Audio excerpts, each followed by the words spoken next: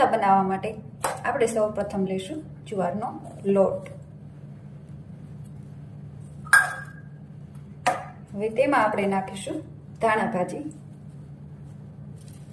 ધાણા ભાજી તમે વધારે ઓછી લઈ શકો છો। ત્યારબાદ લીલી મેથી છે એ નાખીશું। લીલી મેથી ન હોય તો તમે પાલક પણ લઈ શકો છો। ત્યારબાદ તલ છે એ નાખીશું।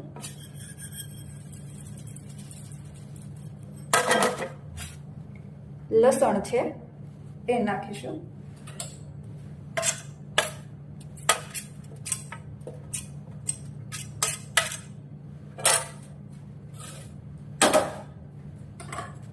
ત્યારબાદ આપણે સ્વાદ મુજબ નમક નાખીશું।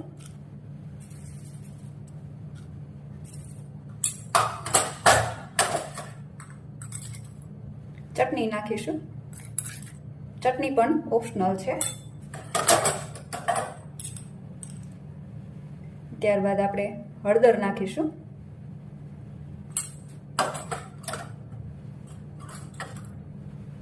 ધાણા જીરું છે એ લીધેલું છે। હવે આ બધી વસ્તુને આપણે મિક્સ કરી લઈશું।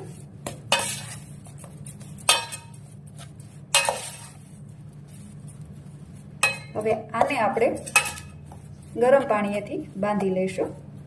જરૂર મુજબ આપણે એમાં ગરમ પાણી એડ કરતા જઈશું।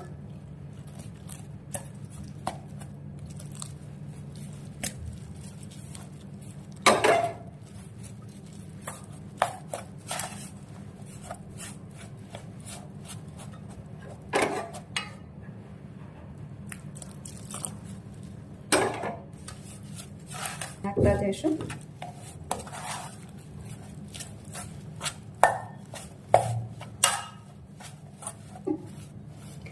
આપણે સરસ મિક્સ થઈ ગયો છે। હવે આપણે એને 5-10 મિનિટ માટે ઢાંકીને રહેવા દઈશું।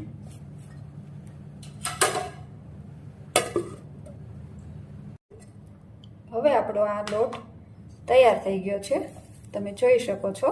જો તમને ઢીલો લાગે તો તમે પાછો થોડો કોરો લોટ નાખી શકો છો। હવે આપણે આમાં થોડું તેલ નાખીશું।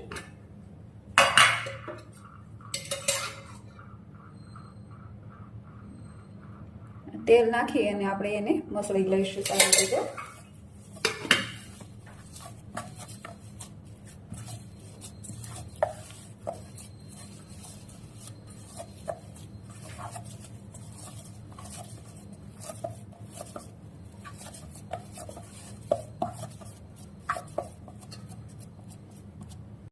લોટ જે છે એ હવે સારી રીતે મસળાઈ ગયો છે, તમે જોઈ શકો છો। હવે આપણે આવી રીતે લુવા વાળી લઈશું, તમે જોઈ શકો છો। હવે આપણે એના થેપલા વણી લઈએ। આ રીતે આપણે નીચે પ્લાસ્ટિકનો કાગળ લેવાનો છે। ત્યારબાદ લુવા નીચે આપણે થોડો કોરો લોટ નાખીશું। એની ઉપર આપણે હવે લુવો લઈ લઈશું।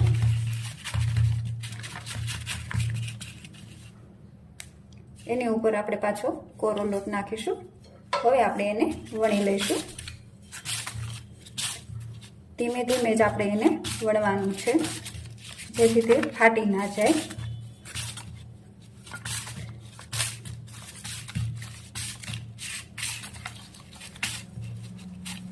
તમે જે રીતે વણવા માંગો એ રીતે વણી શકો છો।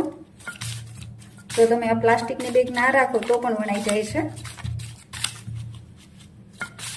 પણ પ્લાસ્ટિકની બેગ હશે નીચે કાગળ હશે તો સરળતા રહેશે એને ઉઠલાવવામાં। તમે જોઈ શકો છો સરસ મજાનું આપણે થેપલું જે છે એ વણાઈ ગયું છે। એની થિકનેસ પણ જોઈ શકો છો તમે। હવે આપણે એને ચોળવી લઈએ। રોટી ગરમ થઈ ગઈ છે, હવે થેપલું એની માથે નાખીશું।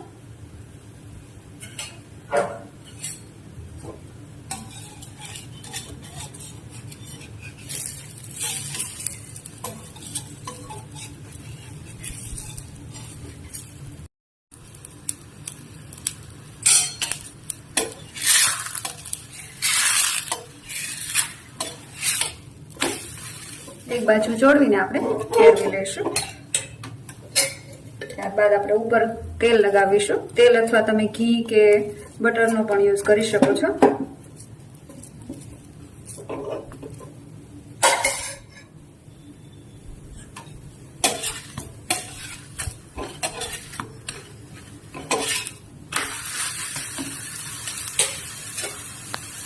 બીજી બાજુ પણ આપણે તેલ લગાવી લઈશું.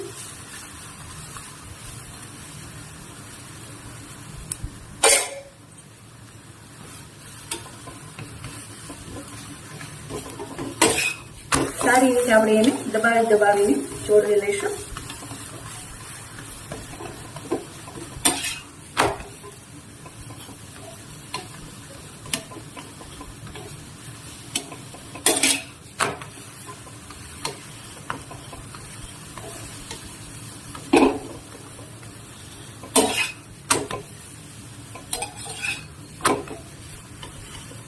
તો હવે આપણું થેપલું જે છે એ ચડી ગયું છે.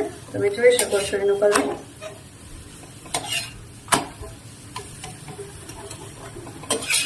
તો તૈયાર છે જુવારના લોટના થેપલા.